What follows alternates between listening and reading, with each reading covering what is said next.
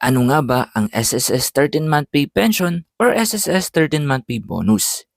Sino-sino ang maaaring makatanggap nito?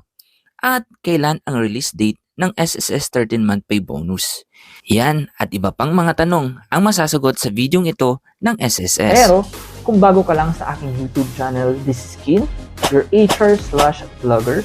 So gumagawa ako ng mga informative videos, mga government mandated na pwede mong ma-avail, travel ideas, tipid tips at iba pa.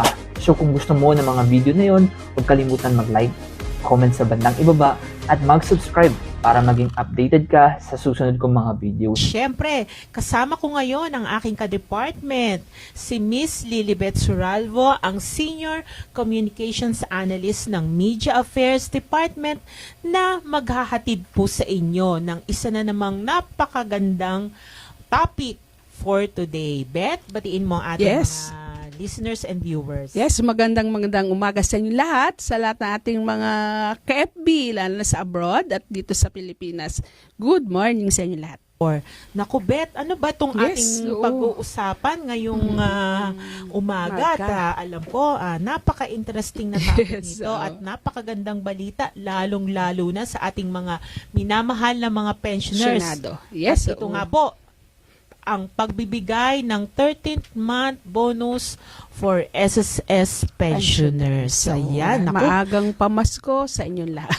Ayan, definitely. So, simulan na natin, Beth, ang diskusyon at alam ko, maraming nakatutok na sa atin, lalo na ating mga pensionado din. Ano Yes, nga ba itong ating binibigay na 13th month pension ng SSS? Yung 13-month pension or bonus, isa lang yun. Kasi iba, wala kaming bonus pero may 13-month. Iisa lang yun po. So, may extra tayong isang buwan nakatumbas na inyong pension na binibigay ng SSS. Actually, nagsimula tayo December, para sa kaalaman ng lahat, December 1988 pa.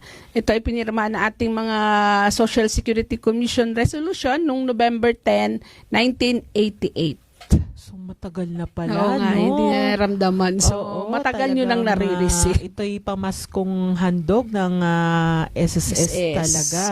So, ito kasi, di ba, Beth, sinasabay ito doon sa regular benefit o 13th month na Yes, oo. nabibigay din sa Mm-mm. mga pribadong sektor ng mga empleyado na naging practice na at talagang ito I understand parang Yes, oo.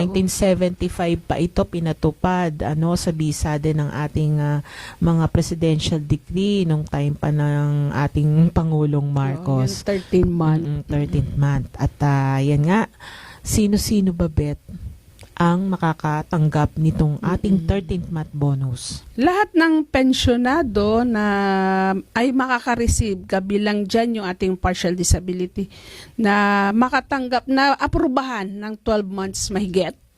Then yung ating mga death survivor, saka yung ating mga retiree pensioner. Doon sa ating mga partial disability pensioners, kung halimbawa nabigyan siya ng pension, ba 12 months, pero ang kanyang ang kanyang pension tatakbuhin, na aproba ng January, halimbawa ng 2018 at magtatapos ng December kasi 12 months. So meron siya. Kasama pa rin. Pero kung halimbawa, yung kanyang partial disability naman na-approve lamang hanggang October, meron pa ba siyang Wala. matatanggap Yan yung na 13th hindi month? pension. Lamsam lang yan. Kasi kahit bigay ka naman ng June, pero 12 months siya, aabot pa rin yung December niya. Mapapalob pa rin dun sa 12 months. Pero kung hindi talaga umabot sa buwan ng December or less than 12 months, walang matatanggap na 13th So, marami month. nagtatanong niya kung meron eh. So, wala.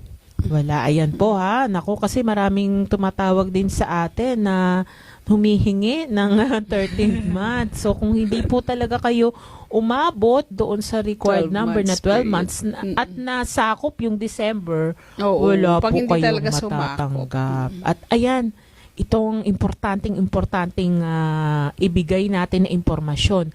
Kailan matatanggap at kailan ba ang release ng 13th month bonus ng SSS? Yes, oo. So, tung first week ng December, so hintay na lang tayo, konting tulog na lang, matatanggap nyo na yung inyong 13-month pension. Nasa account mo sa bangko. So, kung siya naman ay mga, siguro sa isang next topic, yung mga ATM, usually ATM yan. So, yung mga naman may mga guardianship o trust fund, minsan may passbook, yan yung trust fund. Tapos ang atin yung microsettled, yan yung special pension, which is hindi natin pwede ipasok sa ATM dahil ito ay naka-program sa ating computer. Ito ay matatanggap nila sa pamamagitan ng cheque. Usually natatanggap nila ring monthly pension. Ganun din, marireceive nila yon through registered mail via Philippine Postal Service Office. So ito kasi pong mga, actually yung bilang na yan, konti na lang po ito, yung mga 16,000 pensioners. Ito po yung ating mga pensionado na minsan nakatira po sila doon sa medyo isolated na mga islands na mahirap Walang talaga yung bangko. So talagang mas preferred nila na cheque yung kanilang tanggapin. Kaya lang syempre po, pag halimbawa dumaan nga po sa Koreo, meron po itong kaukulang delay, di ba Bet? Oo Kasi nga, talagang medyo yung transportation o transmittal nung ating cheque. Pero eventually, ito naman po yung matatanggap ng ating mga pensionado. Hindi lang po talaga natin totally na through ATM kasi nga meron pong mga sitwasyon na kailangan po tayong i-considera regarding po dito. Katulad nga po nung nabanggit natin na availability ng mga bangko or mga ATMs. Kasi di ba yung iba rural banks? So, medyo mahirap sa kanila na mag-transact. So, talagang they preferred na cheque at doon naman from their place ay meron naman ding nagpapalit niya ng At mga cheque. ano pa ba ang ating kailangang i-discuss dito, no? Bet, kung halimbawa, yan, meron tayong isang retiree pensioner, tapos balo siya, doon sa kanyang wife ay, o kaya husband, ay SSS member din. Yes. So, siya ang legal spouse. Dalawa ba talaga yung marireceive niya? Na Yung, pension. halimbawa, kung siya ay may anak na minor de edad, makakatanggap ko halimbawa at 250, tapos sa kanya is 224. So, madodoble yung kanyang survivor pensioner, yung byuda o byudo, kakaroon siya ng 240. Tapos yung 250 na para dun sa illegitimate or legitimate minor, ay magkakaroon din ng 500. So ayan, kasama sila doon sa ating binibigyan ng Yung bonus, survivor, no, yes. yung survivor.